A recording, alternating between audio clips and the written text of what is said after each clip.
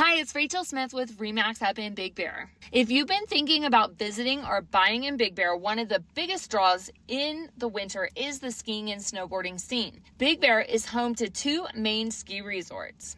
And while technically separate mountains, they're both owned and operated by the same company, which means one lift ticket gets you access to both. Let's start with Bear Mountain. Bear is known as the more progressive, freestyle-friendly resort. It's where you will find most of the terrain parks, jumps, rails, and features designed for snowboarders and more adventurous skiers, not like myself. The vibe in Big Bear is younger, more energetic, and it's become a go-to spot for people who love the park scene. But even if you're not into tricks or terrain features, Bear still has a beginner run and scenic areas that are great for learning or just cruising. Now, let's talk about Snow Summit. Snow Summit is just a few minutes away from Bear Mountain and tends to offer a more traditional ski experience. It's ideal for families, casual skiers, and anyone who wants wide open groomed runs. It's also where you will find night skiing during the peak of the winter, and the base area has a more laid-back alpine resort feel. Snow Summit also offers beautiful views of the lake, especially when you're riding the chairlifts or skiing those upper runs.